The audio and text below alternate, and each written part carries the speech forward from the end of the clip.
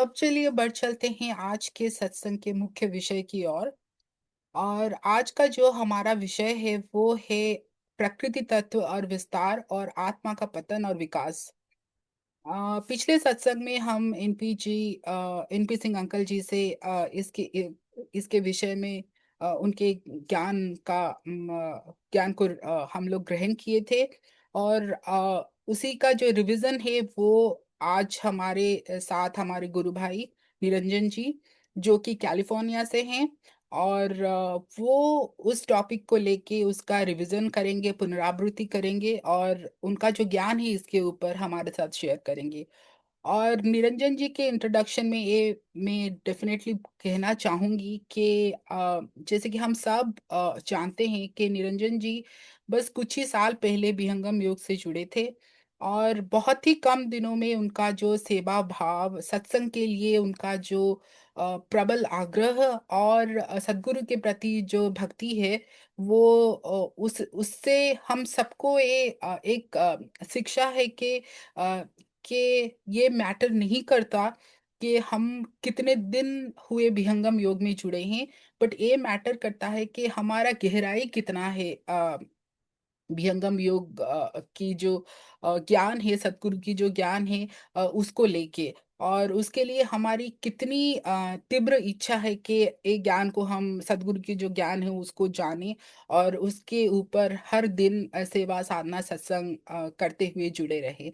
तो हम सब बहुत खुश है और definitely we are very fortunate कि निरंजन जी का जो कुछ ही सालों में जो उनका ज्ञान हमें उनका जो वो ज्ञान एक्युमुलेट करे हैं वो हमारे साथ आज जब वो शेयर करेंगे। दो ए वाला जो सब्जेक्ट है वो ऑलरेडी एनपी सिंह अंकल जी ने अपना ज्ञान शेयर कर चुके हैं। तो over to you Niranjan ji.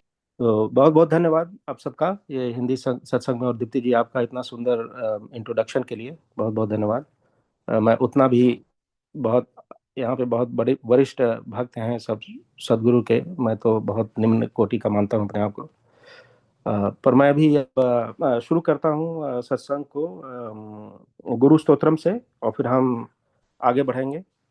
NP uncle जी का जो भी सत्संग अभी तक हुआ था उसी के ऊपर जो है, मैं उनसे बात किया था। उन्होंने बोला कि अच्छा रहेगा कि अगर पिक्टोरियली उस चीज़ को समझने का हम प्रयत्न करें तो हमारे मन में बढ़िया से जो है वो चीज़ और उतर सकती है। तो उसी का मैंने प्रयत्न किया है, जो कि आज हम डिस्कशन करेंगे।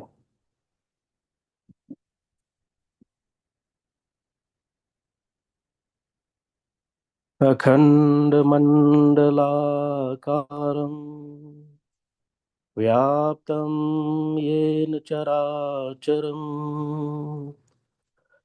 तत्पदं दर्शितं येन तस्मै श्रीगुरुवे नमः। अज्ञानतिमिरान्धस्य ज्ञानञ्जनशलाकया चक्षुरुन्मीलितं येन तस्मै श्रीगुरुवे नमः। गुरुर्ब्रह्मा गुरुर्विष्णु गुरुर्देवो महेश्वरा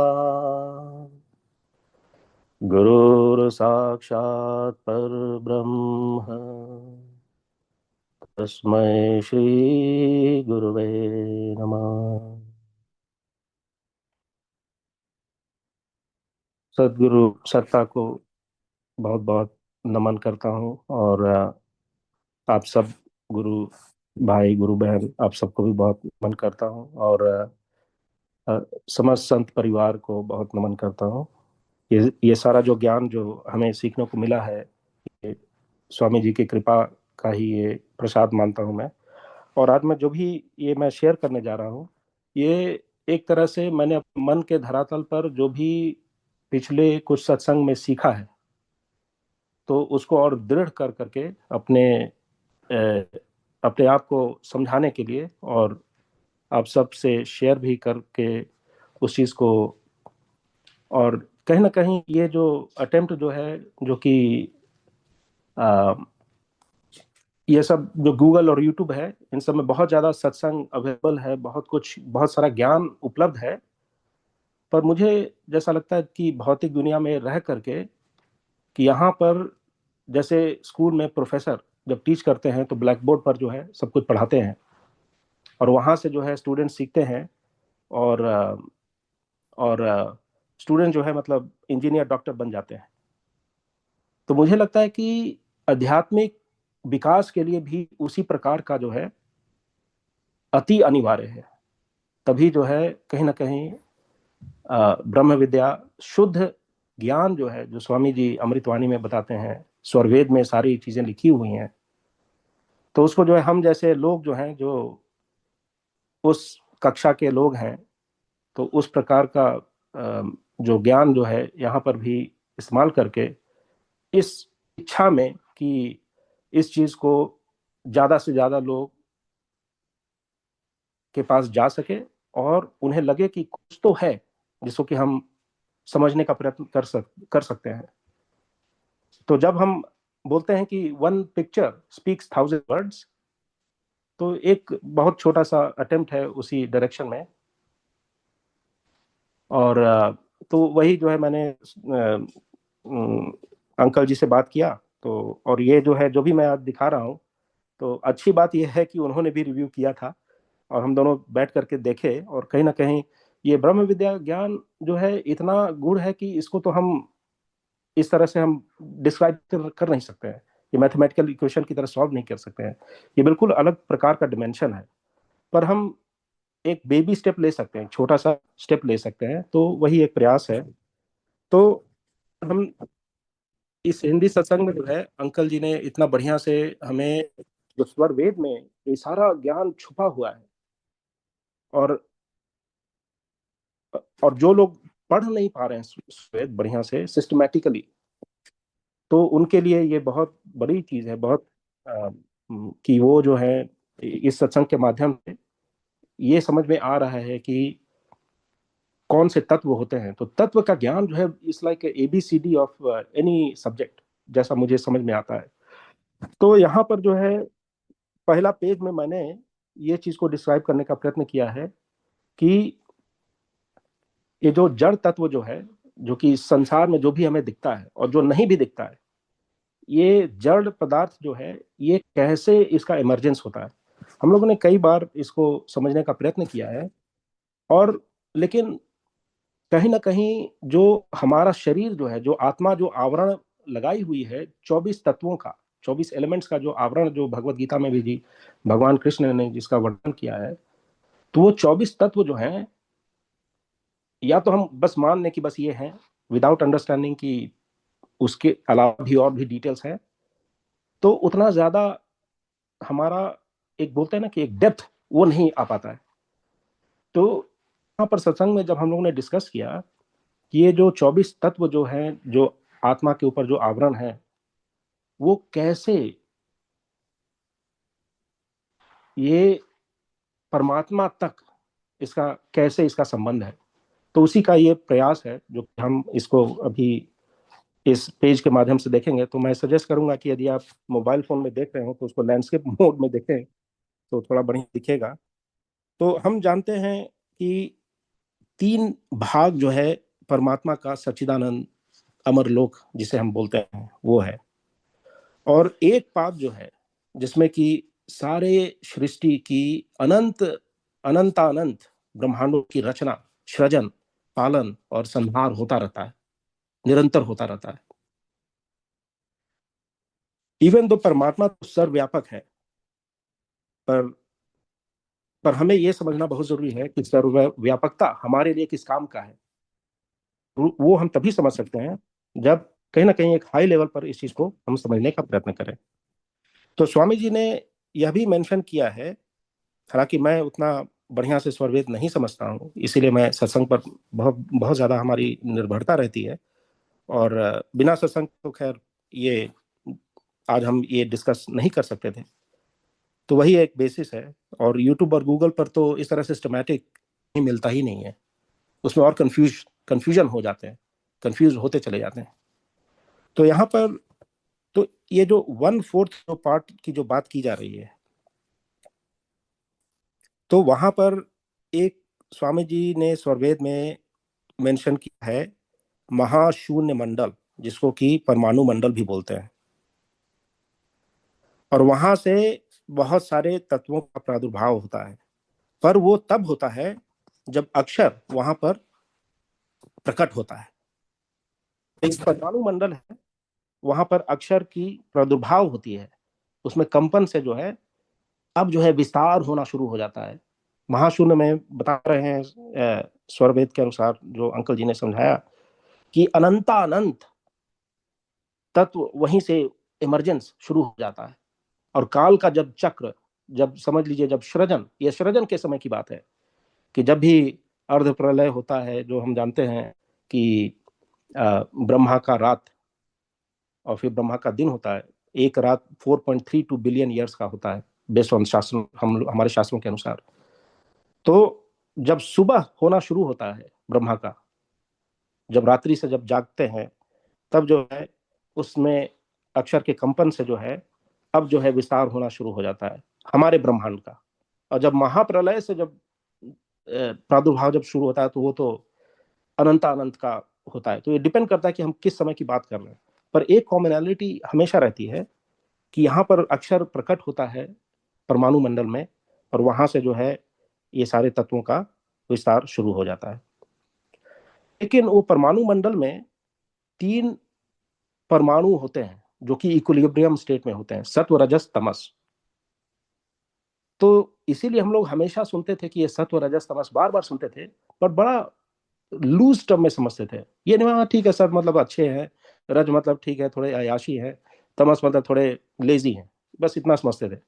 पर हम यहाँ पर ये समझ रहे हैं कि सत्व रजस तमस इज द रूट कॉज, जहां पर कि अनंता अनंत तत्वों का, अनंता अनंत कॉम्बिनेशंस का जो है इमरजेंस होता है। तो जब परमाणु मंडल में ये 3 गुण होते हैं, तो ये सारे इक्विलिब्रियम में रहते हैं, एकदम एक बराबर के मात्रा में, 1/3 के मात्रा में रहते हैं। और जब इनका विस्तार होने लगता है, तो उनके इनफाइनाइट कॉम्बिनेशन, परमिटेशन जो होते हैं, वो बनना शुरू हो जाते हैं। तो यहां तक तो हमें ये समझ में आता है। और दूसरी चीज हम देख रहे हैं कि जब सृजन जब शुरू होता है, तो अब वहां से डिग्री ऑफ ग्रोसनेस जो है, भौतिक भौतिक भौतिकता जो है मतलब और बढ़ना शुरू हो जाता है। क्योंकि अभी तक तो बहुत सूक्ष्म है, जो भी चीज है बहुत सूक्ष्म है, जो भी तत्व है। तो अब जो है सत्व रजस तमस से जो है, हमने सुना था सत्संग में कि ये पंचभूतों का प्रादुर्भाव होता है। सबसे पहले जो है आकाश तत्व की रचना होती है, और वो भी इन्हीं तीनों के कॉम्बिनेशन से होती है, सत्व रजस तमस। फिर वायु तत्व का, आकाश में से जो है वायु तत्व का प्रादुर्भाव होता है, और फिर वायु में से फिर अग्नि होता है, फिर जल होता है, फिर पृथ्वी होता है। अब इसको जो है हम भौतिक उपकरणों से तो नहीं देख सकते हैं, पर थ्योरेटिकली जो है इसी प्रकार से हम समझने का प्रयास कर सकते हैं। और जब इन पंचभूत तत्वों का जब प्रादुर्भाव होता है, तो हमारे स्वरवेद में लिखा है और शास्त्रों में भी है कि इन सब के गुण होते हैं। आकाश का जो है शब्द गुण होता है, जिसमें आवाज ध्वनि कह सकते हैं। वायु का जो है उसमें स्पर्श होता है। अग्नि में रूप होता है, जिसको कि देखा जा सकता है। और जल में जो है रस होता है, उसको स्वाद लिया जा सकता है। और पृथ्वी का स्मेल होता है, गंध होता है। तो ये गुणों को लेकर के ये पंचभूतों का प्रादुर्भाव होता है। और वहां से जो है हमारे जो अ, परमात्मा की जैसी रचना समझ में आती है स्वरवेद के अनुसार, कि ये पंचभूत और ये जो गुण है, अब जब जो चेतन तत्व है, उसको, उसके लिए क्या रेलेवेंस है यहाँ पर। तो वहीं पर जो है एक सत्व तत्व हो गया। इन सब के जो है सत्व रज तमस तीनों चीजें होती हैं। तो सत्व का मतलब हो गया जिससे कि ज्ञान अर्जन कर सके आत्मा जो है, वो जब आवरण पहने तो कैसे मतलब ज्ञान अर्जन कर सकता है। और दूसरा होता है रजस, जो कि क्रियाशीलता होता है, कि कैसे क्रिया करे, ज्ञान कर लिया फिर क्रिया कैसे कर सकता है, जो हम लोग बोलते हैं ना इच्छा ज्ञान प्रयत्न। तो देखिए कि किस तरह से कितना सिस्टमैटिकली मतलब रचना हो रहा है। तो यहाँ पर जब हम सत्व तत्व में देख रहे हैं जहाँ पर ज्ञान कैसे लिया जाए, तो जब आकाश तत्व है उसका शब्द है, तो उसका हमें सुनना है। सुनने के लिए श्रोत्र इंद्री का विकास, ये सब सूक्ष्म जगत में हो रहा है। ये भी अभी हमारा शरीर का रचना नहीं हुआ है, ये सूक्ष्म में जो है ये सब इंद्रियों का विकास हो रहा है, विस्तार हो रहा है, और अनंत मात्रा में हो रहा है। इसको हम विजुलाइज नहीं कर सकते हैं, हम भौतिक उपकरणों से देख नहीं सकते हैं। ये परमाणु अक्षर मंडल से परे सदगुरु अपने मंडल से बैठकर ये सब देख सकते हैं। और उसी प्रकार जो है वायु का जो गुण है स्पर्श, तो वो जो है, जो आत्मा जो है वो ज्ञान उसमें हासिल कर सकता है, और उसको त्वचा कह सकते हैं, त्वचा के माध्यम से स्पर्श। फिर हो गया अग्नि। अग्नि जो है उसका रूप होता है, तो उसको देखने के लिए जो है हमें चक्षु प्रदान हो जाते हैं, जिससे कि हम देख सकते हैं। तो ज्ञान के लिए, ये सब ज्ञान को बढ़ाने के लिए की जा रही है, ये सब सबकी रचना हो रही है। फिर जल है जिसमें रस है, तो हमारी रचना का विकास हो जाता है, हमारा जीवा जो होता है जैसे कि हम टेस्ट कर सकते हैं। और गंध हो गया पृथ्वी का, जिसको घ्राण इंद्रिया जिसको बोलते हैं। और हम देखते हैं कि ये जो इंद्रियां जो होती हैं, सारे जीव में अलग अलग प्रकार से विकास होता है। कुछ जीवों में जो है घ्राण इंद्रियां इतनी तीव्र होती हैं कि मतलब उनको कई प्रकार के इन्वेस्टिगेशन में यूज किया जाता है। जैसे ये होते हैं डॉग्स होते हैं, उसी प्रकार से किसी के कम विकास होते हैं, किसी के कोई और। तो ये ज्ञान इंद्रियां जो हैं, ये इस प्रकार से इनका प्रादुर्भाव हुआ। अब जो है रजत में जाएं, जो कि क्रियाशीलता, कि हमने ज्ञान तो अर्जन किया, अब उस ज्ञान को लेकर के हम क्या क्या कर सकते हैं, तो हो गया कर्म इंद्रिया। तो उसी के प्रकार जो है अब आकाश और शब्द और श्रोत्र करने के लिए जो है हमें वाक्य इंद्रिया का विकास हुआ, जिससे कि हम बोल सकते हैं, उससे हम क्रिया कर सकते हैं। फिर हमारे हाथ का विकास हुआ, जिससे कि हम स्पर्श कर सकते हैं, जो वायु तत्व से कनेक्टेड है। और ये सब कर्म हम कर सकते हैं। और फिर हो गया रूप, अग्नि का जो रूप होता है, जो कि हम अपने आंखों से देख सकते हैं, और अपने पैरों से जो है चल करके हम दृश्य देख सकते हैं। और उसी प्रकार जो है जल और पृथ्वी तत्व में जो है ये लिंग और गुदा की रचना होती है, जिससे कि हम ये बाकी जो तत्व हैं उनके प्रति जो है हम क्रिया कर सकते हैं। और तमसिक जो होता है तमस, वहां से भी जो है बहुत सारे तत्वों का विकास होता है। पर वो सारे जो तत्व जो हैं इनसे कनेक्टेड हैं। 25 प्रकृतियां जो हैं, जो पूरे मैंने यहाँ पर नहीं लिखा है, पर सत्व रजस तमस। तो सत्व का समझ लिया कि ज्ञान इंद्रिया, तमस रजस समझ लिया कर्म इंद्रिया, और तमस का जो है ये पांचों से ईच ऑफ देम में पांच पांच जो है प्रकृतियां होती हैं। तो 5 × 5 = 25 प्रकृतियां हो गई। और वो होते हैं कि इन सारे ईच ऑफ देम के रिलेटेड जो है तामसिक प्रवृत्तियां जो होती हैं वो उनसे कनेक्टेड हैं, जैसे उठना बैठना, लार और वगैरह वगैरह जो है, जो भी कह लें। इसमें बहुत सारी चीजें हैं जो कि वहां पर वो कनेक्टेड होते हैं। तो इससे अब हमें ये समझ में आता है कि सूक्ष्म जगत में ये देखिए कि 5 + 5 + 5 मेजर 15 तत्वों का तो प्रादुर्भाव इस प्रकार से हो गया। अब जो है मन और प्राण, अब उसके बारे में समझते हैं थोड़ा, जो मैंने समझा अंकल जी से और सत्संग में हम लोगों ने डिस्कशन किया। यहाँ पर तो मैं बस ऐसे ही मतलब दिखा रहा हूँ, पिक्चर हेतु दिखा रहा हूँ, जो कि हम लोग बाकी भी गुरु भाई गुरु बहन लोग जो हैं अपने अगर किसी और को अगर बताना हो डेप्थ में कि हमारे स्वरवेद ने देखो कि किस तरह से कनेक्ट करके बताया गया, तो इसको हम इस्तेमाल कर सकते हैं। और उसके के प्रचार में भी इससे गति हमें और मिल सकती है। तो मन और प्राण जो है, इसको अंकल जी ने बताया है कि ये जुड़वा भाई के समान समझना चाहिए। मैं बिल्कुल वर्नाकुलर भाषा में इसलिए बात कर रहा हूँ क्योंकि इस प्रकार से हम बिल्कुल डीप में जाकर समझ सकते हैं जो हमारा रूट है। यही हमारा सबसे बड़ा एसेट है एक्चुअली, इसीलिए बोला जाता है कि अपना रूट को कभी नहीं भूलना चाहिए। ये सब अब समझ में आता है क्यों। क्योंकि अगर हम रूट को ही भूल जाएंगे तब तो फिर तो हम सब वो दृश्य ही में रह जाएंगे। तो मन और प्राण को जुड़वा भाई बोलते हैं। और इसमें पहले हम प्राण को कवर करते हैं, जो कि हमें हमने सुना था एक एक सत्संग में सुना था कि 5 प्रकार का प्राण होता है, प्राण अपान व्यान समान उदान। और बहुत विस्तार है इन सब का।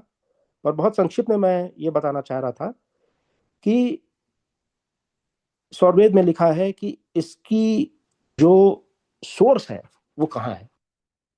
वही स्वामी जी हमेशा बोलते हैं कि अ, मुझे श्लोक को याद रहता नहीं है, पर कहते हैं कि अ, मन और प्राण के बारे में हर कोई बात करता है, पर कौन बात करता है कि किस दशा में ये दोनों कहाँ पर रहता है, इसका घर कहाँ है, इसका सोर्स कहाँ है। तो ये सारी चीजें जो है मिसिंग होती हैं।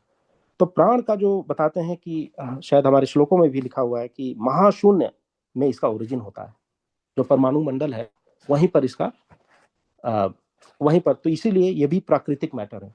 तो जो ब्लू कलर्स में जो भी हमने यहाँ पे डाला है, ये सारे प्रकृति परमाणु मंडल से इनका सोर्स है। और सत्व रजस तमस इनके गुणों को डिफाइन करते हैं। लेकिन मन जो है जुड़वा भाई इसलिए कहा गया है क्योंकि इसी शुरू में ही इन इन सब का उत्पत्ति है।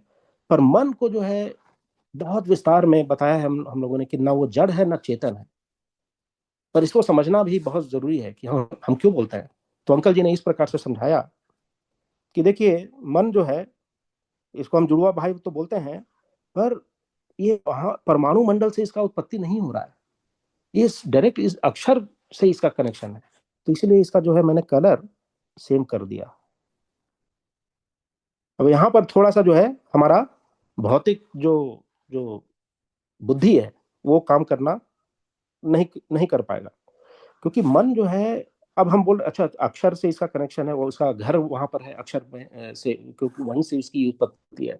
पर हम बोल रहे हैं कि ना जड़ है ना चेतन है, तो ऐसा क्यों। तो देखिए कि कितना बढ़िया से इन्होंने बताया कि उसको हम जड़ इसलिए नहीं बोलते हैं क्योंकि चेतन की तरह बिहेवियर करता है, आत्मा का सारा काम करता है। जैसे हम लोगों ने बोला था ना कि आ, माल महाराज के मिर्जा खेले होली। तो अब सारे जो जो जो जो ऑफिसर्स वगैरह हैं, सेना वगैरह लोग हैं, सब सोच रहे हैं कि मिर्जा ही राजा बन गया। तो इसलिए जो है ये जड़ नहीं है। और इसलिए भी जड़ नहीं है कि इसका प्रादुर्भाव जो है ये परमाणु मंडल से नहीं है। और ये चेतन भी नहीं है क्योंकि जब हम सुषुप्ति अवस्था में जाते हैं तो मन का कोई ख्याल नहीं रहता। मन की मतलब उसकी अस्तित्व ही नहीं रहती है उस समय। वो कहीं पे पिता नारी है, कहीं पे जो है वो मतलब डोरमेंट में चली जाती है। और चेतन जो है वो कभी डोरमेंट होता नहीं है, चेतन हमेशा हमेशा रहता है। तो इसलिए जो है देखिए कि कितना सुंदर तरीके से जो है इस चीज को बताया गया है। ये ज्ञान कहाँ मिल सकता है, ये तो सत्संग से ही हम समझ सकते हैं। तो अब हमें समझ में आता है कि ये मन जो है ये क्या है और क्यों इतना हावी क्यों है, जिसको कि हम सत्य मान के बैठे हुए हैं। क्योंकि इतना बढ़िया एक्टर है, इतना इतना पावरफुल एक्टर है कि एकदम आत्मा का पूरा काम कर रहा है। तो इसलिए जो है ये जो है न जड़ है न चेतन है। ये बिल्कुल लगता है जैसे कि चेतन है, पर एक्चुअली में चेतन है नहीं। तो ये चीज को हमको समझ में आ जाता है। और मन के अंदर में जो है ये सारे चीजों का विकास हो जाता है। चित्त हुआ, अहंकार हुआ, फिर मन हुआ, फिर बुद्धि हुआ, जिसको कि अंतःकरण बोलते हैं। तो इस प्रकार से जो है हमारा, अगर आप देखें कि जैसे हम इंक्रीज्ड लेवल ऑफ ग्रोसनेस जा रहा है, तो हमारा अब जब आत्मा जब आवरण पहनना शुरू करती है तो सूक्ष्म में जो है 19 तत्व हो गए। और 5 जो हैं पंचभूत ऐड होकर के 24 तत्व हो गए। तो इसीलिए भगवत गीता में भी बताया है भगवान कृष्ण ने कि 24 तत्वों का आवरण जो है आत्मा के ऊपर लगा हुआ है। और अब जो है हम फंस गए यहाँ पर इस स्थूल जगत में, और यहीं पर जो है हमारा जन्म और मरण हो रहा है। 19 से 24, 24 से 19। तो सोचिए कि कैसा चक्कर में फंसे हुए हैं सब। 19 to 24 यही चल रहा है।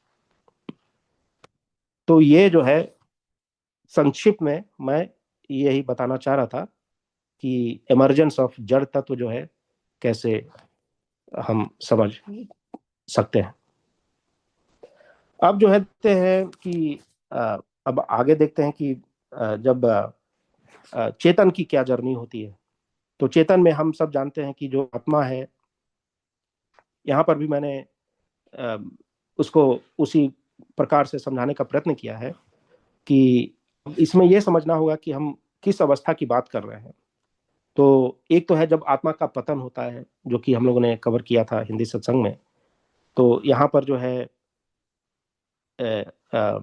जब मुक्त अवस्था में जब आत्मा रहती है और जब उसके अंदर में ब्रह्मास्मि की जब वो आ जाती है, इच्छा आ जाती है, तो आत्मा का जो है प्रकृति बाउंड हो जाता है। और जिस तरह से ये जर्नी हो रहा है, तो हम जानते हैं कि आत्मा का जो इच्छा ज्ञान प्रयत्न जो है ये हमेशा रहता है, ये क्वालिटी। पर जब मुक्त अवस्था में था तो इच्छा जो था परमात्मा था। पर अब क्या है कि अब वह इच्छा अहम ब्रह्मास्मि, एक तो अहम आ गया, अब उससे वहां से पतन शुरू हुआ और उसे जो है एक खिलौने की की प्रति आकर्षण हो गया, और वह खिलौना है प्रकृति। तो इस प्रकार से हम लोगों ने इसको समझने का प्रयत्न किया था। तो आत्मा का जो है अब प्रकृति की ओर आकर्षण हुआ, क्योंकि यहाँ से डिटैचमेंट हुआ। अब प्रकृति में जो है उसके ऊपर आवरण लग गए सत्व रजस तमस के, और यहीं से जो है जो उनका जो डिजायर, जो इच्छा, जो परमात्मा की भक्ति थी, वो अब यू टर्न लेकर के प्रकृति को भोगने की हो गई। तो देखिए कि फंडामेंटल प्रॉपर्टी में कोई बदलाव नहीं हुआ, बस डायरेक्शन चेंज हो गया। जो पॉइंटर बोलते हैं, जो पहले परमात्मा में था लगा हुआ, वो पॉइंटर जो है अब प्रकृति में चला गया। और वो जो भक्ति था, जो इच्छा, अब वो इच्छा काम में बदल गया। तो वो जो है जो भी काम अब प्रकृति में होगा वो उसको कर्म हो जाएगा, कर्म के अनुसार जो है उसका ट्रीटमेंट शुरू हो जाएगा। तो अब जो है उसके सारे जो कर्म और ज्ञान और इच्छा सारे प्रकृति के हो गए हैं। अब जो है वहां पर इनके सारे विकारों के वो भोक्ता हो जाएगा, जिसको हम बोलते हैं कंचन कीर्ति कामनी।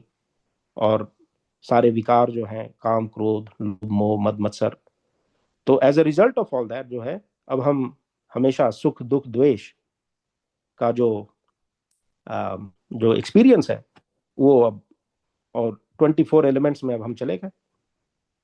तो अब ये जो साइकिल जो है, और तो आत्मा का पतन इस प्रकार से हो गया। और बस यहीं पर जो है हम समझ में आ गया कि हम क्यों बोलते हैं कि ये जो मृत्यु लोक है वो सुख दुख द्वेष का हमेशा मिश्रण है। और सत्व रजस तमस है, तो उसी प्रकार से जो है अपने अपने प्रवृत्ति के अनुसार जो है हर कोई थोड़ा कम थोड़ा ज्यादा इन तीनों चीजों में जो है हम भ्रमण कर रहे हैं। तो अब जो है हम इसे कैसे बाहर निकलें, तो इसके ऊपर भी हम लोगों ने चर्चा किया था कि भाई अब यहाँ पर जो है बहुत जो दुर्लभ आत्माएं होंगी वो पुरुषार्थ करना शुरू करेंगे, स्वाध्याय शुरू करेंगे। कहीं ना कहीं ये मैं अपना भी मार्ग इसमें दर्शा रहा हूँ कि हमारी जर्नी भी इसी प्रकार से थोड़ी सी रही है। हालांकि हर का अलग अलग हो सकता है। और तब हमें सदगुरु से मिलते हैं। एक्चुअली शास्त्रों में भी इस चीज का बहुत वर्णन है कि सदगुरु मिलना बहुत दुर्लभ वस्तु है, बहुत दुर्लभ है। तो इसलिए सच्चे मन से अगर हम पुरुषार्थ और स्वाध्याय नहीं करेंगे तो परमात्मा का कृपा नहीं होगा, और सदगुरु में आसक्ति कभी हो ही नहीं सकती है। तो इसलिए जो है फॉर अ स्टार्टर ये तो बहुत ही बहुत बहुत महत्वपूर्ण है इसीलिए हमेशा जो है इंग्लिश सत्संग में भी इस चीज का हम लोग डिस्कशन करते हैं। स्वाध्याय इज सो इम्पोर्टेंट। स्वरवेद या जो भी शास्त्र हैं, शास्त्र हुआ या महापुरुषों की वाणी हुई, it can be multi dimensional. तो वो जो है, तो बहुत कम लोग जो हैं ये चीज करेंगे, क्योंकि ये स्वाध्याय और पुरुषार्थ में नो बडी गेट्स पेड। हमारा संसार जो है चलता है कंचन कीर्ति कामनी। अगर हम नाम नहीं कमा सकते हैं तो हम काम नहीं कर सकते हैं, अगर हम पैसा नहीं कमा सकते हैं तो हम ये काम नहीं कर सकते हैं। तो ये this is a little bit of a different dimension. और वहीं पर जो है, दैट इज वेयर जो है challenge for a lot of people actually. वहीं पर हमें ब्रह्म विद्या का प्रचार करने के लिए भी एक बहुत बड़ा हेडविंड आता है, बहुत बड़ा रेजिस्टेंस रहता है वहां पर। या लोग मतलब, तो तो इस प्रकार से जो है, हम हो सकता है कि हम ज्यादातर लोगों को बढ़िया से पिक्टोरियली समझा करके उनको बताया जा सकता है कि भाई ये समझने की चीज है। और अगर हमें जब सदगुरु की प्राप्ति होती है, हमें सेवा का अवसर मिल जाता है कि हम सेवा कर सकते हैं। इतना बढ़िया सत्संग में हमें ये सब समझने को मिल जाता है। ये जो मैं अभी जो भी यहाँ पे बता रहा हूँ, ये सब सत्संग का ही परिणाम है। आप सबसे सीखा हुआ ही चीज जो है, इस चीज में डाल करके जो है हम इस चीज को मनन कर रहे हैं, इसके ऊपर प्रश्न भी हम लोग करेंगे। और तो फिर बाद में ये सब समझ में आने लगता है कि ये जो मार्ग है, ये तो भक्ति जो होता है, ये सर्विस माइंड जिसको बोलते हैं, और सेवा भाव जिसको बोलते हैं, वही तो रूट रूट है। इसलिए स्वरवेद में जो है स्वामी जी ने कितना डिटेल में वर्णन किया है कि जिसके अंदर में सेवा भाव नहीं है, वो तो शिष्य हो ही नहीं सकता है, और वो तो परमार्थ का मार्ग में आगे बढ़ ही नहीं सकता है। और धीरे धीरे ये सब समझ में आता है कि ऐसा क्यों बोलते हैं। पर उसके साथ में नेचुरली सत्संग और साधना होते रहता है। सत्संग से हमें पता चलता है कि हमें क्या करना चाहिए, हमें अपने मन को कहाँ पर जोड़ना चाहिए और कहाँ से हटाना चाहिए। जिसको कि हम ये भी बोल सकते हैं, संगत, हमारी संगत अच्छी हो गई तो हमें उधर में हमें डालना होता है। और साधना से हम अनुभव कर सकते हैं, सदगुरु की कृपा होती है तो हम अनुभव कर सकते हैं। ये सारे मंडल जो हम लोग डिस्कस कर रहे हैं, उसमें कितनी चीजें हैं जो कि ये हम थ्योरेटिकली डिस्कस कर रहे हैं, पर इससे जो है उसको एक्सपीरियंस भी कर सकते हैं। और एक और चीज होता है कि अब हम जीवन में जब हम संसार में जब हम ऑपरेट कर रहे हैं, जब हम जो भी कर्म कर रहे हैं, तो अब हमें समझ में आता है कि सत और असत का भेद समझ में आने लग जाता है। और जब हम सत असत का जब भेद समझ में आता है, तो हमें पता चलता है कि हमें संसार में कैसा व्यवहार रखना चाहिए। जैसे कि हमें क्योंकि संसार भी परमात्मा का ही है, तो उसमें भी हमें संतुलन के लिए हमें कार्य करते रहना है। पर जब भी अनुकूल और प्रतिकूल सिचुएशंस आते हैं, तो उसमें हमें विचलित नहीं होना है, हमें समानता का भाव रखना है। तो ये सब इसलिए क्योंकि हमें अब सत्य के बारे में पता चलना शुरू हुआ है कि एक तत्व है जो कि सत्य सत्य है, और उसमें हमें पता ही नहीं चल रहा है, पर हमें उसमें बियॉन्ड रीजनेबल डाउट हमें उसमें विश्वास हो रहा है। कोई है जो कि हमेशा देख रहा है, तो अब हम गलत काम कम करेंगे, हम क्रोध, लोभ, मोह, मद मत्सर ये सब कम करेंगे। और इनफैक्ट हमारा जो जो जो जो पर्सपेक्टिव जो है, जो हमारा अंदर का जो है, कि बाहर से कितना भी प्रतिकूलता अगर दिख भी रहा है, तो उसमें भी हम अपना अपने अंदर में ये मान के चलेंगे कि ये उसका इच्छा से हो रहा है। तो इस प्रकार तो ये जो है तभी हो सकता है जब हमारे अंदर में सदा सुमिरन और मनन चलता रहे। और चूंकि हमने परमात्मा को तो देखा नहीं है, परमात्मा के बारे में हम जानते हैं, तो हम उनके उनके उनके बारे में जो उनकी लीला है, उनकी कथा है, उनके जो व्यवहार हैं, वो सबको समझ सकते हैं। और व्यक्ति स्वरूप में हम परमात्मा को ही सदगुरु के अंदर में देख सकते हैं, और हम मिलन कर सकते हैं, मनन कर सकते हैं। और तब जाकर के हमारा अनन्यता जो है, जिसको हम बोलते हैं कि ये बहुत बड़ी चीज है, जो कि भगवत गीता में भी बहुत फेमस टर्म है, माम एकम शरणम ब्रज।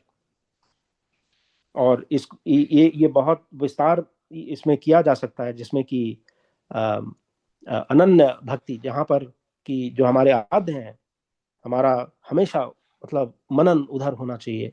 पर जब संसार में जब हमारा हो रहा है, तो उनके अंदर भी हमें देखना चाहिए कि वही तत्व उनके अंदर भी विराजमान है, तो हमारे अंदर में क्रोध वगैरह कभी नहीं आएगा।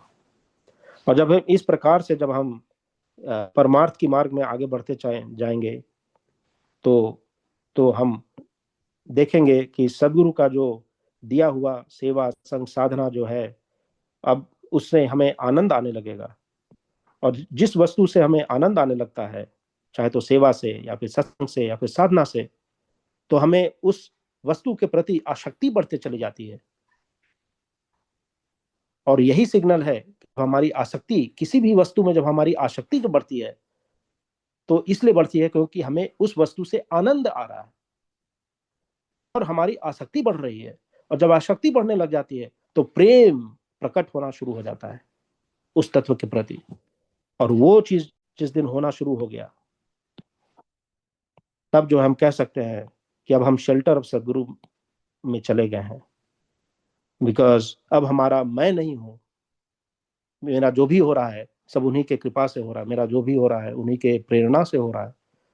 और अच्छा आउटकम आ रहा है, तो वह उन्हीं के कृपा से हुआ है। अगर कुछ गलत भी हो रहा है, प्रतिकूल सिचुएशन भी हो रहा है, तो अवश्य वो हमारे ही अनुकूलता के लिए ही हो रहा है। तो ये जब हम मनोभावना करके जब हम आगे चलते हैं, तो हम शेल्टर ऑफ सदगुरु में जा सकते हैं, परमात्मा स्वरूप। और तब जो है हमारा इच्छा, ज्ञान, प्रयत्न, अब जो है देखिए कि इच्छा for Guru, knowledge of Guru and action given by गुरु। तो जो डेमोक्रेसी में बोलते हैं कि for people by people of people, तो यही हो गया हमारा परमार्थ के मार्ग में। और ये सब भी कर्म है। तो जब हम फुल डेमोक्रेसी वाला जो एग्जाम्पल जो बताया, वो स्थिति जब होने लगेगी, तब जो है कहीं ना कहीं जैसा समझ में आता है कि हमारा जो है मन शुद्ध हो रहा है। और ये जो ग्रोसनेस जो है, ग्रोसनेस से जो अब हमारी सूक्ष्मता की ओर जो है जर्नी चालू हो जाएगी। और तब जो है ये सारी चीज जो है, हम आवरणों को हम छोड़ करके जो है, जो चेतन भक्ति जो है, अकर्म अवस्था, जो कि वहां तक जाया जा सकता है। तो मैं यही बस शेयर करना चाह रहा था आज। और यदि मैंने कुछ गलत बताया हो, तो मैं उस चीज़ का क्षमा पात्र हूँ। यह मैं अभी तक इस तरह से समझ पाया हूँ। और मैंने सोचा कि क्यों ना इसको जो है 2 पेज में एनिमेट कर करके थोड़ा बता दिया जाए। और हो सकता है इसमें कुछ, इसलिए मैंने रिवाइज भी किया अंकल जी के साथ बैठ करके। उन्होंने देखा, बोला कि ये तो इतना गूढ़ विषय है कि इसको बहुत बढ़िया से तो हम समझा भी नहीं सकते हैं, चाहे मूवी बनाकर चाहे जो भी बनाकर। पर हम लोग प्रयत्न कर सकते हैं कि कैसे, जिससे कि ज़्यादा से ज़्यादा आसानी से हम लोग समझा सकें कि तत्व ज्ञान कितना इम्पोर्टेंट होता है। और तत्व ज्ञान से हम समझ पाते हैं कि कैसे जड़ तत्वों का प्रादुर्भाव होता है। और कैसे आत्मा का जर्नी क्या है, कैसे उसका पतन होता है, कैसे उसका जो है परमार्थ के मार्ग में ये उत्थान भी हो सकता है।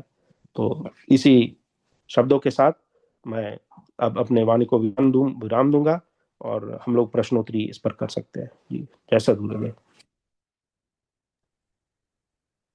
बहुत बहुत धन्यवाद निरंजन जी, आपने बहुत ही अच्छे तरीके से पिक्टोरियल प्रेजेंटेशन के अ, साथ बहुत अच्छे तरीके से हम सबको आपने समझाए। आ, तो अभी मैं हमारे जो श्रोतागण हैं उनसे मैं रिक्वेस्ट करूंगी कि उनके पास अगर कोई भी प्रश्न है आज के विषय को लेकर, वो आगे आए और निरंजन जी से अपना प्रश्न स्थापन करें। जय सद्गुरुदेव। जय सतगुरुदेव। अजय बोल रहा हूँ। तो बहुत ही बढ़िया आपने इसको एक्सप्लेन किया, और thank you for your efforts in visualising and picturising. It's very difficult subject. मेरा एक ही प्रश्न है जो आई थिंक मैंने लास्ट टाइम भी पूछा था। आपके डायग्राम में जो आत्मा प्रकृति के अंदर एंट्री करता है, मन मन और सूक्ष्म देह के थ्रू, तो वो जैसे एक वर्चुअल वर्ल्ड है प्रकृति, उसके अंदर आत्मा का एंट्री होता है, तो अपना एक आइडेंटिटी बनता है आत्मा का एक मन के थ्रू। तो जैसे मुझे ये हमेशा ही क्वेश्चन रहा है कि जैसे हम लोग वो एंट्री कर रहे हैं, जैसे हम लोग हमारे सपने में एंट्री करते हैं, तो सपने में हम पूरा हमारा अम, विश्व बनाते हैं, चीजें बनाते हैं, लोग बनाते हैं। और जैसे हम लोग एक वर्चुअल गेम खेलते हैं जिसके अंदर मैं मेरे दोस्तों के साथ खेलता हूँ, जैसे एक्युलस है माइक्रोसॉफ्ट का, उसके अंदर या जो भी दूसरे वर्चुअल गेम के औजार है उसके थ्रू हम लोग एंट्री करते हैं। तो उसमें मैं भी रहता हूँ, मेरा दोस्त भी रहता है, तो ये दो चीजें हैं। तो एक तो हमारे मन के थ्रू सपने में हम लोग हमारा वर्चुअल वर्ल्ड क्रिएट करते हैं जिसमें एक ही रहता है, और वो एक ही बंदे ने सब कुछ किया हुआ है सपने में।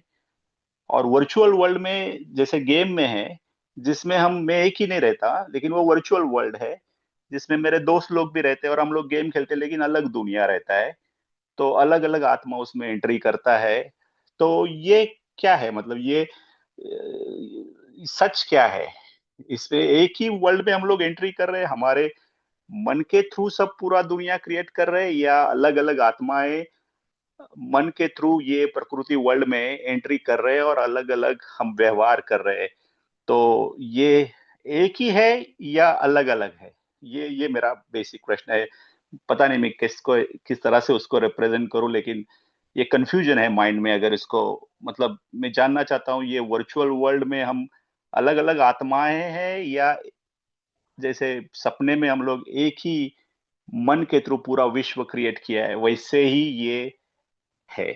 मतलब अगर आप उसके ऊपर थोड़ा अम, अ, आपके जी डायग्राम्स के थ्रू अगर आप जी एक्सप्लेन करोगे तो थैंक यू।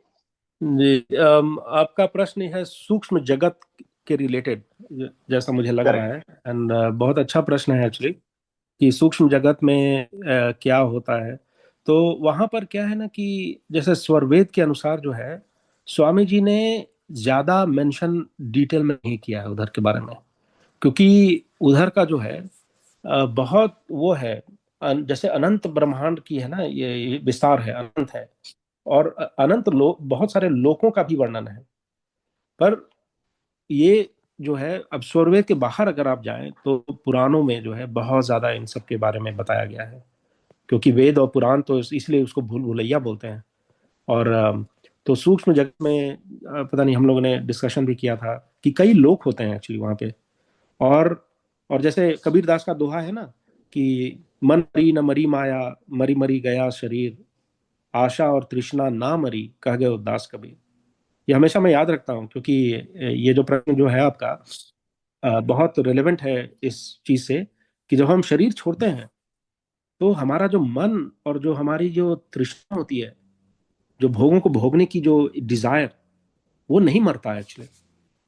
अब हम लोग अनुभव से इस चीज को तो नहीं डिस्कस कर सकते हैं, बात नहीं कर सकते हैं। पर जो सुना है, जो समझा है, उस चीज के बारे में हम लोग डिस्कशन कर सकते हैं। कि इसीलिए गरुड़ पुराण में बहुत ज्यादा विस्तार में इसका वर्णन है। कोई कोई महापुरुष भी जो है प्रवचन में बताते हैं कि उनके लिए तो मतलब अ, अ, बहुत कुछ है जो कि वो बताते हैं। तो सूक्ष्म जगत है एक्चुअली, जहाँ पर कि मन अ, और इतने ढेर सारे योनियां हैं जो सूक्ष्म, जो हमें दिखते नहीं है। हम तो यहाँ पर जो 84 योनियां होती हैं, उसमें बहुत सारी योनियां हैं जो कि सूक्ष्म जगत में है। और और जो जो जो जिन्हें अभी भौतिक शरीर अभी नहीं मिली है, पर उन्हें पर वहां पर जब है तो उनका बहुत अलग अलग टाइम स्केल भी होता है। तो उसमें पर आपका प्रश्न जो है कि वहां पर यदि थोड़ा और स्पेसिफिक आप बताएं तो हम लोग डिस्कस कर सकते हैं कि वहां पर मन तो सब आशा और तृष्णा लेकर के उस सूक्ष्म शरीर में सब रहते हैं। क्योंकि हम लोग ने देखा 5 ही तत्व जो है वो गिरा, बाकी 19 तत्व सूक्ष्म जगत में लेकर के वो सब रहते हैं। जहाँ पर मन, बुद्धि, चित्त, अहंकार, ये सब रहते हैं उनके साथ में। इवन दो डिपेंडिंग ऑन कि किस प्रकार का देह में है।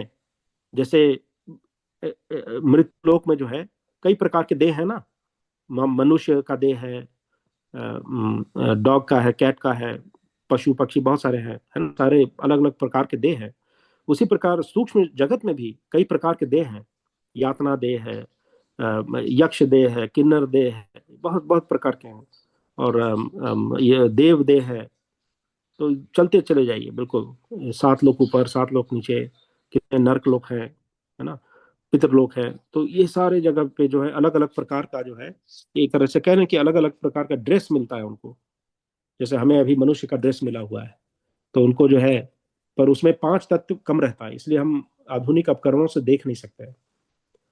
और तो इस जी प्रकार का जी। मैंने समझा है। जी जी। यस, सो थोड़ा विस्तार से मैं उसको और दूसरी तरह से कोशिश करता हूँ पूछने के लिए। जैसे मन को अगर हम एक एक वर्चुअल मशीन समझते हैं, जैसे एक्युलस है, उस तरह से हम समझते हैं कि जैसे एक्युलस हम भौतिक वर्ल्ड में अगर उसको हम लोग आंखों और कानों पे पहनते हैं, तो वर्चुअल वर्ल्ड में माइक्रोसॉफ्ट के बहुत सारे गेम्स है, उसके अंदर एंट्री मिलता है। तो वो जो एंट्री मिलता है उससे हम लोग उस वर्ल्ड के अंदर जाते हैं, और उसके अंदर दूसरे लोग भी आते हैं खेलने के लिए। तो उनके साथ जैसे मैंने एक एक्युलस के थ्रू ऑकुलस के थ्रू बहुत जनों से मैंने बैडमिंटन खेला है, या जो भी गेम्स होते हैं जिसमें मुझे पता है कि सामने वाला बंदा जो है वो रियल है, वो गेम के अंदर एंट्री किया है उसने। तो वैसे ही जैसे हम लोग सपने में जाते हैं, अगर उसको भी हम लोग सपना भी मन के थ्रू ही देखते हैं, लेकिन सपने में जो दूसरे बंदे हम लोग क्रिएट करते हैं, ये मन ने ही क्रिएट किया है, जिसमें दूसरा बंदा नहीं है। हमारे सपने के अंदर दूसरा बंदा एंट्री नहीं करता है। तो दोनों ही वर्चुअल वर्ल्ड है, लेकिन एक में पूरी मन की माया जाल है, जिसके अंदर पूरा मन ने क्रिएट किया हुआ दुनिया है, जो सपना है। और जो दूसरा जो वर्चुअल वर्ल्ड है, जो माइक्रोसॉफ्ट का है, ऑकुलस, जिसके अंदर बहुत सारे लोग आते हैं, लेकिन वो अलग ही दुनिया है। लेकिन ये ज्ञान है कि दूसरे बंदे हैं यहाँ पे। लेकिन सपने में भी ऐसा लगता है कि दूसरे बंदे हैं, लेकिन ज्ञान होने के बाद पता चलता है कि एक ही बंदा खेल रहा है। तो वो पॉइंट ऑफ व्यू से प्रकृति के अंदर जब आत्मा एंट्री कर रहा है, तो मन के थ्रू एंट्री कर रहा है। तो मन के थ्रू जो एंट्री कर रहा है, तो दूसरी आत्माएं है जो ये गेम मन के थ्रू ये गेम प्रकृति के गेम में आई है, या एक ही मन ने पूरा दुनिया बना दिया है, ये वर्चुअल वर्ल्ड। और हम जैसे मन के थ्रू ही हम लोग देख रहे हैं ना, ये पूरा दुनिया जो देख रहे हैं, अगर मन नहीं है तो जैसे सुषुप्ति अवस्था में सब जीरो हो जाता है। तो मैं वही जानने की कोशिश कर रहा हूँ, ये क्या है? ये सपना है, या ये गेम है जिसके अंदर मल्टीपल आत्माएं खेल रही है और फंसी हुई है? ये बहुत ही बेसिक क्वेश्चन है, पता नहीं मैं। या जी जी। तो इसमें एक चीज मैं और भी, गुरु भाई गुरु बहन यदि इनके पास कोई रिस्पॉन्स हो तो कृपया कृपया बाहर आ करके इसके ऊपर बोले। पर एक चीज मैं शेयर करना चाहता हूँ कि मैं एक सुन रहा था सत्संग, और उसमें बहुत बढ़िया से बताया कि ये जो प्रकृति जो है ना, प्रकृति, ये एक कबड्डी खेल जो होता है ना, कबड्डी खेल, उस प्रकार से समझ लीजिए। तो परमात्मा ने एक गेम रचना किया है। ये माया माया जो है एक प्रकार का, प्रकृति जो है वो प्लेइंग ग्राउंड है, जहाँ पे कबड्डी कबड्डी का गेम हो रहा है। तो जो आत्मा जो है, एक जो है भक्ति वाला पक्ष है, दूसरा जो है माया वाला पक्ष है। तो भक्ति वाला जो पक्ष वाला जो व्यक्ति है, वो जो है माया पक्ष में जब जा रहा है, तो बिना सांस छोड़े हुए उधर से उसको लौट करके इधर आना। यहाँ पर जो है सांस यदि लेकर के जब वो जा रहा है उधर, तो उधर काम क्रोध लोभ मोह कई प्रकार के जो है मतलब हैं, जो कि उसको उधर ही रखना चाह रहे हैं। और उधर रह गए तब तो वो उधर ही रह जाएंगे, हार गए वो। और जो बिल्कुल एकाग्र होकर सांस नहीं छोड़ा और वो बाहर आ गए, तो वो भक्ति मार्ग में बाहर आ गए। और जहां तक कि प्रकृति में एंट्री की बात जो हो रही है ना, तो ये सृजन जब होता है, तो जो समझ में आया है कि सृजन में ये बिल्कुल जैसे टेस्ट मैच, क्रिकेट मैच के समान जैसा समझ में आता है कि टेस्ट मैच जैसे गेम खत्म हो गया, शाम को सब चले गए, और मॉर्निंग में जब आए तो जो जहां था वहीं पर उनका फील्डिंग शुरू हुआ। तो यहाँ पर भी वैसे ही हो रहा कि जितने हमारे जो कर्म हैं वो सारे चित्त में हैं हमारे। और जब नया सृजन, जब ब्रह्मा ब्रह्मा का दूसरा दिन जब हुआ, तो हम सब बिल्कुल वही सारे मनोभावना, वही सारे आशा, जो भी हमारे पैकेज थे चित्त में, हमारे विकार जो भी है, वही सब लेकर के हम यहाँ पर आएंगे कर्म करने के लिए। और इसको जो है, जो आप गेम का जो बता रहे हैं, तो उससे समझने के लिए भी बिल्कुल सही आपने बोला कि हमने ऑक्यूलस का एक आवरण पहन लिया और तब हम गेम में एंटर कर गए हैं और अब हम उसमें पार्टिसिपेट कर रहे हैं। तो यह भी सही बोल रहे हैं कि यहाँ पर जो है हमने, जो ऑक्यूलस की जगह जो है 5 भूत जो है, 5 एलिमेंट्स, वो हमने पहन रखा है। तो इसीलिए बोला जाता है कि जो हमारे आंख जो है, ये फिजिकल जो आईज जो है, फिजिकल आई है, पर एक्चुअली इसका अ, अ, जो सूक्ष्म जो है, इसका चक्षु इंद्री ज्ञान इंद्रिया है। तो अगर ये ऑकुलस हट जाता है तो वो इंद्रिया तो रहता ही है, उसी इंद्रिय से तो हम सपनों में देखते हैं, जो भी दृश्य हम रचना करते हैं। जैसे हम कुछ दिन पहले हम देख रहे थे कि हम एयरप्लेन के छत के ऊपर हम लटके हुए हैं बिल्कुल, और कहीं ना कहीं वो लगता है कि आप लोग हंसेंगे अगर बताऊंगा तो बिल्कुल लग रहा था, बिल्कुल सच टाइप का कि अरे पकड़ा हुआ हूं मैं जोर से, है ना, इस तरह का। तो बिल्कुल लग रहा था।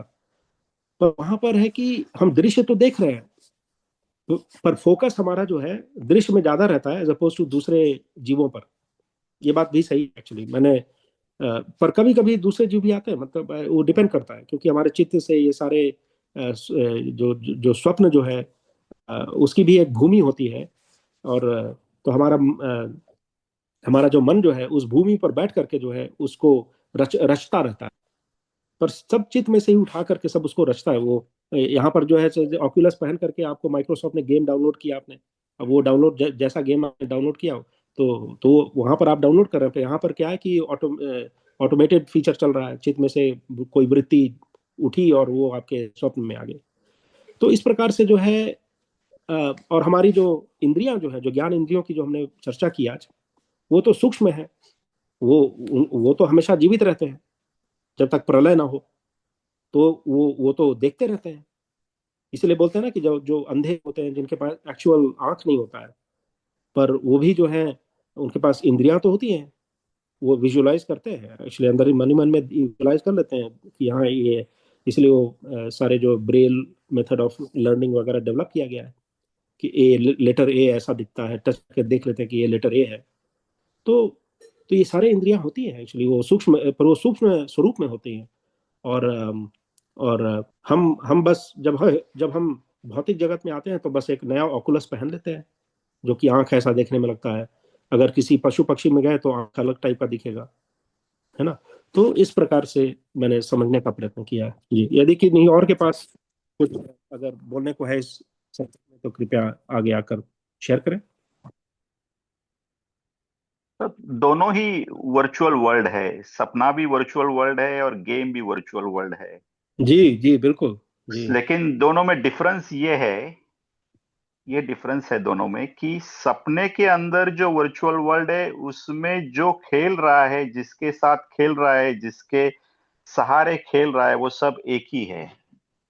और जो वर्चुअल वर्ल्ड जो ओकुलस के थ्रू खेल रहा है उसके अंदर सिर्फ खेल रहा है, लेकिन वहां पे ऑलरेडी दूसरे, मतलब एक ही नहीं है, अलग अलग है।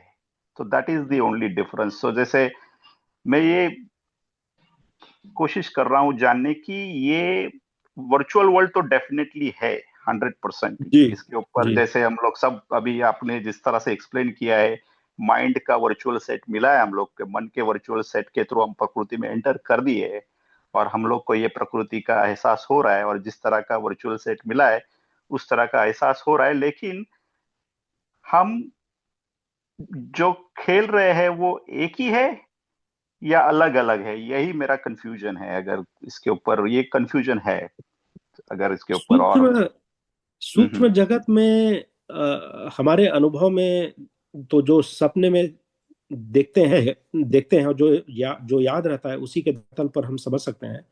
तो इसीलिए हमें शास्त्रों में देखना होगा कि उन्होंने क्या बोला है। तो शास्त्रों में इन्होंने ये बोला कि कई लोक हैं, और उन सारे लोक में जो है अ, अम, अम, अ, जो जीव जो है वहां पर जन्म लेता है, और वहां पर इसीलिए उनको भोग योनि बोलते हैं, वहां पे भोगता है।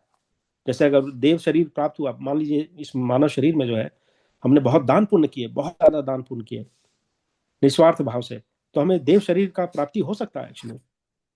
पर दुख की बात यह है कि वहां पर बहुत ज्यादा ऐश्वर्य है, यह सब की भी वर्णन है, पर हम लोग तो बस वर्णन ही कर सकते हैं।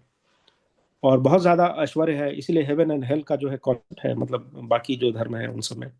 और और शास्त्रों में काफी कुछ बताया भी है, इसलिए हम लोग सुनते हैं देव, इंद्र, वरुण वगैरह वगैरह, ये सब तो इन सब के लोक हैं एक्चुअली। और गंधर्व लोक, यक्ष लोक, इन बहुत सारे ये इस तरह के हैं।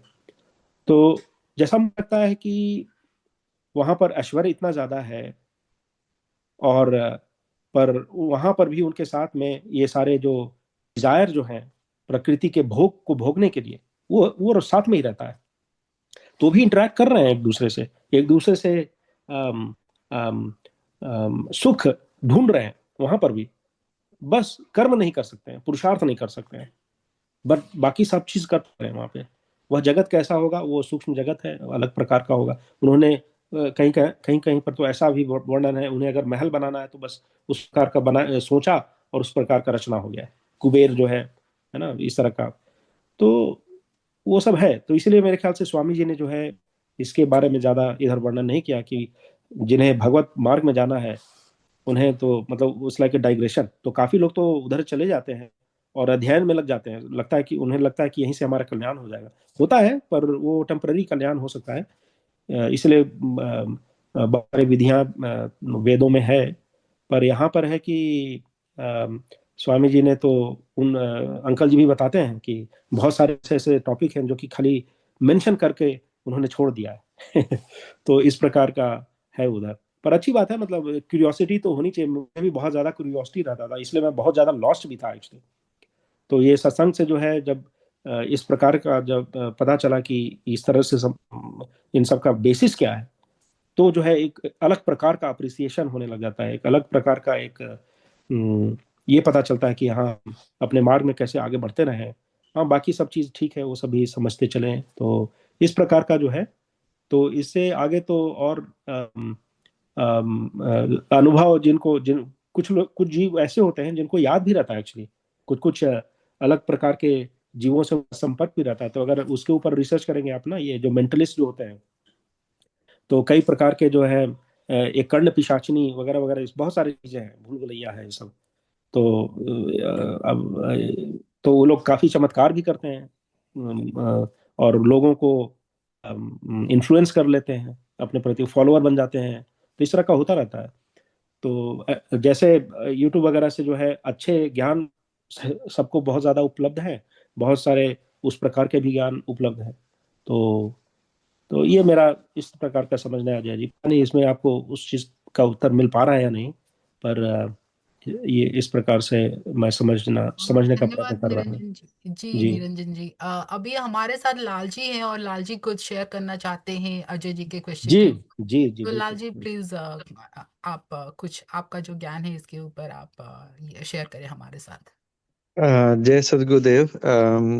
मैं क्वेश्चन को सुन रहा था। सॉरी, मैं सत्संग थोड़ा लेट ज्वाइन किया, बट जो अजय जी का क्वेश्चन है, अम, जो जहाँ तक मैं समझता हूँ, मैं उस आधार से उसका जवाब देने की मैं कोशिश करूँगा। हो सकता है उसमें भी गलतियाँ हो, त्रुटियाँ हो, लेकिन मतलब मेरा मानना है कि जो क्वेश्चन है, जो ऑकुलस गेम के बारे में बोल रहे हैं, मैं वैसे वो सब खेला नहीं हूँ, तो बट आपकी बातों से जो जैसा मुझे लग रहा है, तो उसके आधार पर अगर उसको समझना है आपके क्वेश्चन को, तो हम लोग चार चीजों को समझने की कोशिश करेंगे। मैं क्विकली बताने की कोशिश करता हूँ।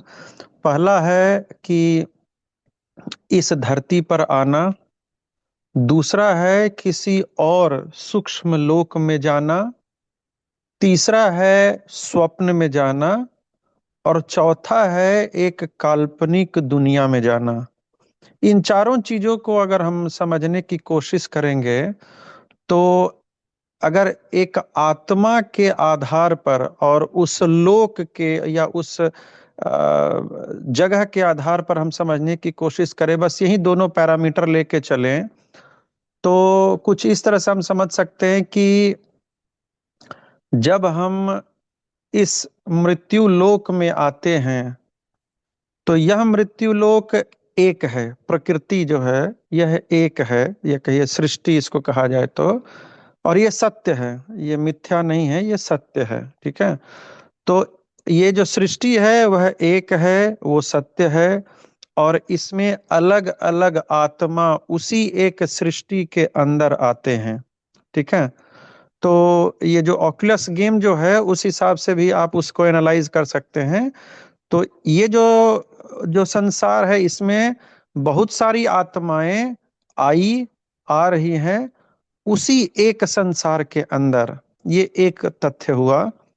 फिर दूसरा हमने कहा कि किसी और लोक के बारे में समझना, तो जब किसी और लोक के बारे में अगर हम समझते हैं तो उसमें भी कई सारी आत्माएं जाती है उस लोक में, लेकिन वो जो आत्मा है, आत्मा का जो गमन है वो मतलब उसको इस तरह से आप समझ सकते हैं, एक मतलब ज्यादा कॉम्प्लेक्सिटी में ना जा करके आप इस तरह से समझिए कि जो आत्मा उस लोक में जाती है, जितने भी ब्रह्मांड में बहुत सारे लोक हैं, तो जो आत्मा उस ब्रह्मांड में मतलब उस लोक में जाती है तो उस लोक में भी बहुत सारी आत्माएं जाती है, बट वह आत्मा जो है वह मृत्यु लोक में भी हो और उस लोक में भी हो, ऐसा संभव नहीं है।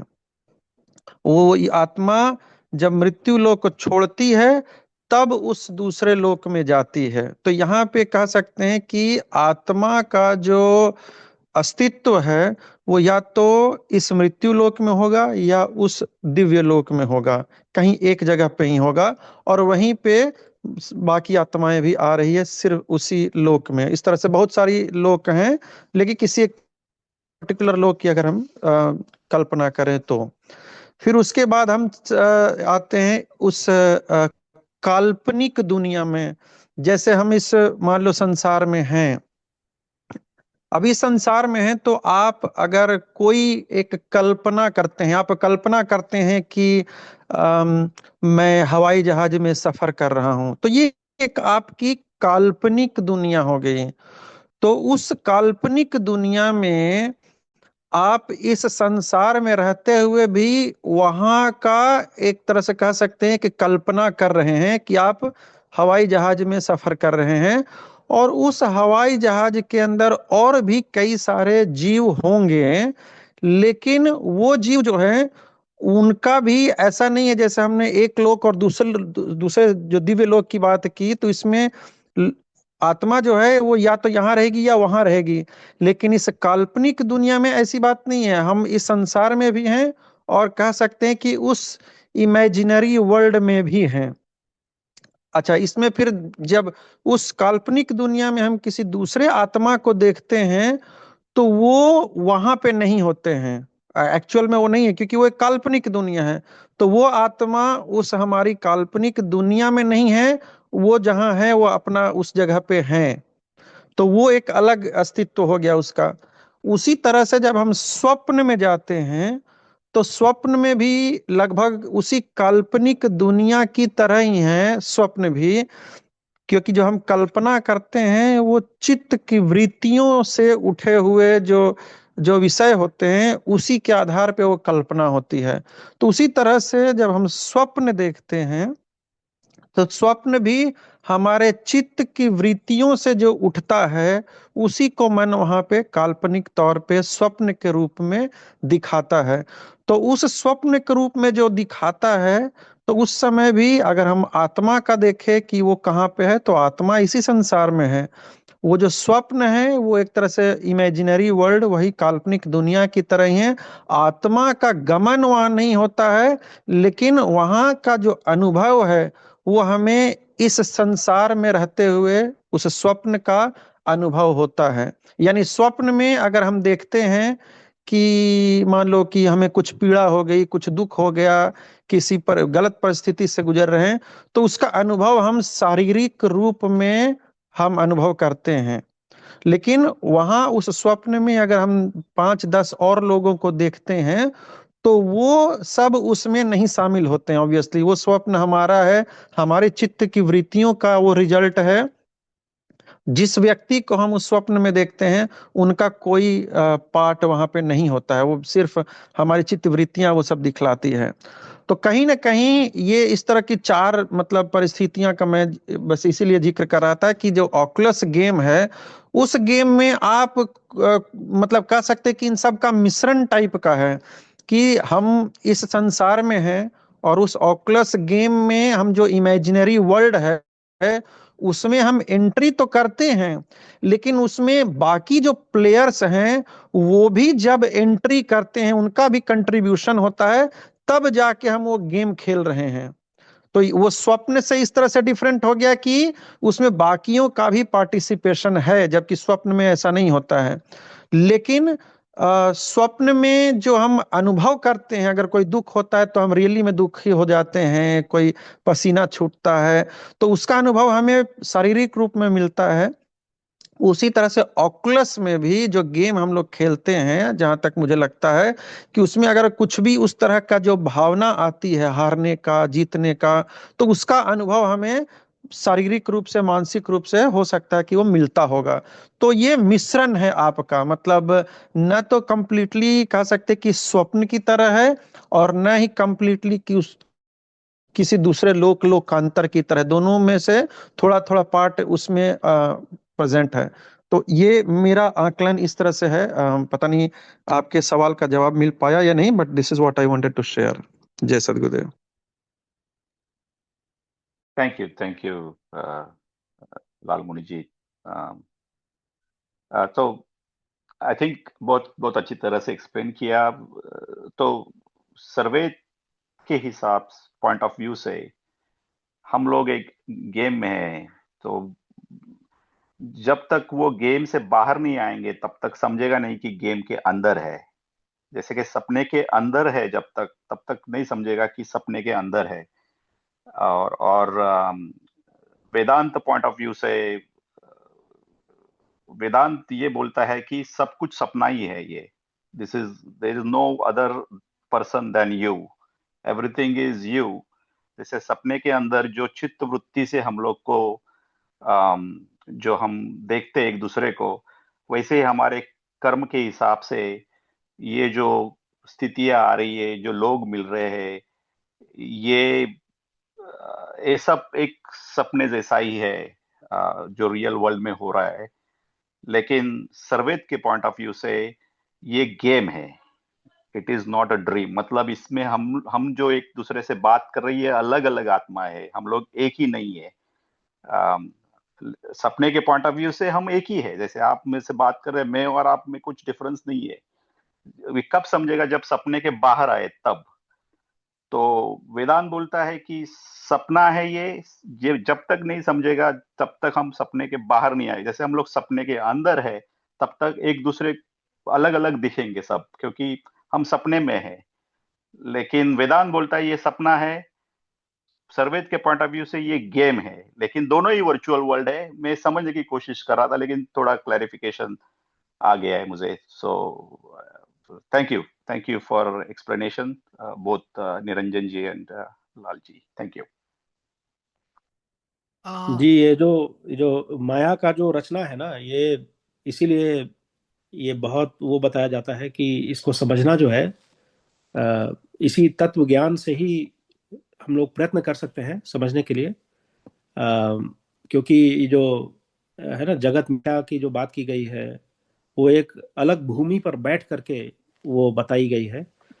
वह भूमि वो है जहाँ पर कि महापुरुष है, वो साक्षात देख रहा है कि हर हर जगह तो ब्रह्म ही ब्रह्म है। ये स्वयं बना हुआ है, हर रूप में है। हर रूप में का मतलब है कि अभी इस रूप में है, मतलब अभी खाली साक्षी रूप में है। अभी जो है वो इस स्वरूप में है, अभी वह वो स्वरूप में है, इस प्रकार का। तो तो ये जो माया का जो रचना जो है, जिसको हम लोग माया बोलते हैं, और माया जो है मन ही है, मन ही माया है। और मन तो मन इसीलिए बोला जाता है कि इसीलिए इसको बहुत ये जो जो अध्यात्म जो है, it is called the science of mind actually. Even though हम इसको आत्मा के स्तर पर समझने की, क्योंकि अ, अ, और, अध्यात्म का जो स्टार्टिंग पॉइंट जो है, जो उसका अंडरस्टैंडिंग जो है, वो it is about understanding the mind. जब हम मन को समझने लग जाते हैं, उसका संधि विच्छेद उसका, इसीलिए स्वामी जी जो है हमेशा अमृतवाणी में बोलते रहते हैं कि एक एक्चुअली एक वो भी है, मुझे श्लोक देखना पड़ेगा, जिसमें कि वो बोलते हैं कि कर गुरु की ओर, जो वो गुरु जो ये ना बता सके कि मन कहाँ रहता है, अगर को मन की भूमि के बारे में अगर शिष्य को नहीं बता रहा है, तो आगे बढ़ना चाहिए शिष्य को। इतना बड़ा महत्व है मन का, क्योंकि मन ही तो सब कुछ रचे हुए है। और वही हम लोग समझने का प्रयत्न करते हैं इस सत्संग के माध्यम से, कि ये, और जैसा अंकल जी ने भी बताया था कि मन जो है, इसको इतने तरीके से इसको बताया गया है कि ना जड़ है, न चेतन है, आगंतुक चेतन तत्व, नाना प्रकार के इसको बताया जाता है, और बहुत चलायमान है। तो ये सब चीज दर्शाता है कि ये ऐसा तत्व है जो जो हमें इस प्रकार का इल्यूजन एक बना करके रख दिया है हमारे हमारे हमारे आत्मा को। क्योंकि जैसे इस तरह से भी कहा जा सकता है कि एक आत्मा तो सो गया है ना, तो शराब पी करके सो गया है। जब जिस दिन आत्मा ने अहम ब्रह्मास्मि और प्रकृति रूप खिलौने से खेलने की इच्छा जागृत की, उसने शराब पी लिया। अब शराब पी करके एकदम टोटल टंच हो गया है, वो टोन्ड हो गया है। अब जो है एक दूसरा शराबी जो है मन स्वरूप, अब जो है उसको चला रहा है। तो वही जो है रथी रथ का जो वर्णन किया है भगवत गीता में। तो एक महाशराबी दूसरे शराबी का ये कहानी है बेसिकली। तो ये जो महाशराबी जो है, वो जो है हमारा जो मन, जो सब कुछ करवा रहा है। और और इसलिए हमें सारे जो भोग जो है, जो हमारे अनुकूल नहीं है, एक शराबी क्या करता है, जो भी उसके जीवन के लिए बहुत प्रतिकूल चीजें हैं उसी सब में लगा रहता है, अपने अनुकूल ज्यादा कुछ करता नहीं है। तो मन जो है वही प्रतिकूल प्रतिकूल जो चीजें हैं उसी में हमें डाल दिया है। तो इसलिए हम इसको माया भी बोल सकते हैं, इल्यूजन भी बोल सकते हैं, या एक एक प्रकार का एक गेम है। ये एक परमात्मा का रचा हुआ एक गेम है। और वहीं पर जो है वो जीव जो उस गेम को समझ गया, और उस कबड्डी के खेल में जो है एक सांस रख करके, भक्ति का सांस रख करके, बिना सांस तोड़े ये सबको परास्त करके, काम क्रोध लोभ विकार क्लेश वगैरह सबको परास्त करके जो है वापस जो है परमात्मा की भक्ति की ओर, तब वो जो है, तो उस प्रकार के परमार्थी जीव, जो विनर एंड लूजर की जो बात की जाती है, तो परमात्मा भी उसी प्रकार का गेम है। वो तो एक जो है विपक्ष का विपक्ष है, और एक जो है दो पक्ष है इसमें। और तो और मन का जो है विज्ञान जो समझ जाएगा, तो और इसलिए जो है बार बार बोला जाता है कि मन की अलग अलग स्थिति में, हमारी जब अलग अलग स्थिति होती है, तो मन मन का भी स्थिति उसी हिसाब से बदलता चला जाता है। तो बोलते हैं कि सांसारिक वस्तु में जब कार्य करना होता है, तो मन जो है हमारे नासाग्र के पास बैठ करके हमारे सारे इंद्रियों को जो है संसार में लगाए हुए रहता है। पर जब हम स्वप्न अवस्था में जाते हैं, तो मन जो है वो कंठ जो है जो हमारा वहां पर जाता है, और सुषुप्ति अवस्था में वो कहीं पर फंस जाता है। तो देखिए कि जागृत अवस्था में मन कहाँ पर बैठ करके गलत गलत चीजों में हमें बझा के रखा हुआ है, सुषुप्ति अवस्था में कहीं पे और, स्वप्न अवस्था में कहीं और। पर उसके भी अगर हम आगे जाएं, तो उसका भूमि है। तो वही बताते हैं कि ये ज्ञान जो है विज्ञान, ये ब्रह्म योग में समझ में आता है कि अलग अलग धरा पर कहाँ पर मन का कहाँ तक उसका गति है बेसिकली। तो मन को जो है उसके जो अमन अवस्था जो है वहां पर ले जाने की पूरी प्रक्रिया है साधना की। वही स्वामी जी अच्छा बोलते हैं कि अमन चैन, पर अमन चैन तो हम लोग बोलते हैं पर अमन हो नहीं पाते हैं। अमन का ये मतलब नहीं है कि मन ही नहीं है, मन है पर वहां पर कोई वृत्ति नहीं, वहां पर जो चलायमान जो उसका जो स्थिति था, जो अभी बिल्कुल मोबाइल है, हाईली मोबाइल, वो जो है मोबिलिटी एकदम शांत हो गया है, बिल्कुल उसमें कोई वेव नहीं, कोई तरंग नहीं है। वो स्थिति जो है उसके भूमि पर जा करके उसको वहां पर परास्त किया जाता है, और तब जो है वो वहां से चेतन भक्ति शुरू होती है। तो ये जो है मन का विज्ञान जब हम समझ में आता है तो फिर ये इस तो तब जो है हम देखते हैं कि ये जो जो जो जो एक प्रकार का जो गेम की जो बात कर रहे हैं, तो ये सब अलग अलग जगह पर ही उस रास्ते में आता है बेसिकली, पर हमें तो उसके भी आगे जाना होगा। तो इस प्रकार का है जी। जी जी, थैंक यू जी निरंजन जी। बेसिकली वही अल्टीमेटली इतना तो समझ में आ रहा है कि ये वर्चुअल वर्चुअल वर्ल्ड है। 99% जनता जो है उनको सब ये रियल लग रहा है, लेकिन एटलीस्ट ये सत्संग के थ्रू हम लोग को, मुझे बिल्कुल। पर्सनली इतना तो समझ में आ रहा है कि एटलीस्ट ये वर्चुअल गेम है, इधर सपना है या गेम है, जो भी है उससे बाहर आना है, बस यही यही उससे बाहर आना है, यही मेन एम है ह्यूमन लाइफ का। जो ह्यूमन लाइफ के अंदर ही ये हो सकता है सदगुरु की कृपा से। बस इतना तो जी समझ में आ गया। जी तो thank you so much, appreciate. जी धन्यवाद अजय जी, निरंजन जी, लाल जी। और अजय जी, जैसे कि लाल जी ने बहुत ही अच्छे तरीके से डाइसेक्ट करा और वो 4 कैटेगरीज दिए, और उनका जो एक्सप्लेनेशन वो मेरे साथ काफ़ी रेजोनेट होता है मेरे पास्ट क्वेश्चन से, जो कि मेरा विहंगम योग में जुड़ते हुए काफ़ी साल हो गया है। और मेरा पता नहीं, मैं आपकी जो क्वेश्चन को अंडरस्टैंड करी हूँ उसी बेसिस पे मेरा जो क्वेश्चन तब था काफ़ी साल पहले, तो ऑफ कोर्स उस टाइम में भी हम लाल जी, विजय जी और राज जी, जो कि हमारे सीनियर गुरु भाई थे, वो क्लियर करे थे। तो मेरा उस टाइम में जो क्वेश्चन था, जैसे कि मैं उस टाइम में काफ़ी पॉडकास्ट और काफ़ी वीडियोस देखती थी वेदांत के ऊपर, और उसमें था कि जैसे कि Advaita Vedanta, if I am not wrong, उसमें लिखा है कि जो भी है, जो क्रिएशन है, सब कुछ ड्रीम है। और मेरा क्वेश्चन था कि ये जो हमारा क्रिएशन है, जो माया है, ये ड्रीम है या रियल है? तो उस टाइम में हमारे जो गुरु भाई थे, तो वो मुझे आंसर दिए थे कि स्वरवेद में लिखा है ये जो हमारा क्रिएशन है वो डेफिनेटली रियल है। तो आप जैसे बोले कि हाँ, डेफिनेटली इट्स अ गेम, जैसे कि हम सबको पता है, बट इट्स रियल।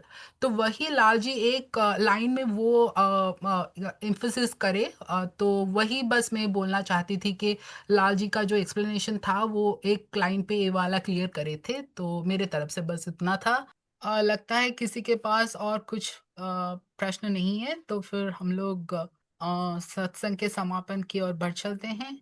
जी जी जी जी बिल्कुल जी। अ, अब हम आज के सत्संग के अंतिम चरण पर पहुंचे हैं। शांति पाठ में हम संपूर्ण विश्व के कल्याण के लिए शांति की प्रार्थना करते हैं। हम प्रार्थना करते हैं कि सद्गुरुदेव पूरे ब्रह्मांड को शांति, प्रेम और समृद्धि से आशीर्वाद करें। तो मैं हमारे श्रोतागण से किसी एक जनों को, कोई गुरु भाई या गुरु बहन आगे आए और शांति पाठ करे। जय सद्गुरुदेव। शांति पाठ। हे प्रभु शांति स्वरूप हो, शांति शांति मैं शांति, शांति शांति जन शांति हो, पूर्ण शांति मैं शांति। हे प्रभु शांति प्रदान कर, दूर हो सर्व अशांति, देव सदा फल शांति मैं, शांति शांति सुख शांति। बोली सगुदेव की जय। बहुत बहुत धन्यवाद लाल जी, आपके भावपूर्ण उच्चारण के लिए बहुत बहुत धन्यवाद अगेन। तो मैं सभी का आज के सत्संग में भाग लेने के लिए हृदय से धन्यवाद करती हूँ। आज हमने जो विषय चर्चा किया उस पर सभी थोड़ा मनन करें, यह हमारे आत्मिक जीवन के लिए उपयोगी होगा। मैं निरंजन जी, लाल जी और अजय जी को बहुत बहुत धन्यवाद देती हूँ उनके प्रश्नोत्तरी के लिए। साथ ही पूरे सत्संग टीम को भी धन्यवाद देती हूँ जिन्होंने इस सत्संग को सफलता से आयोजित किया। मैं सद्गुरु देव से प्रार्थना करती हूँ कि आने वाला सप्ताह हम सबके लिए शांतिपूर्ण, सुखमय और आध्यात्मिक रूप से समृद्ध हो। अगला सत्संग अगले शनिवार सुबह 11 बजे ईएसटी पर इसी जूम सेशन में होगा। आप सभी को आप सभी का दिन और आने वाला सप्ताह मंगलमय हो। जय सद्गुरुदेव।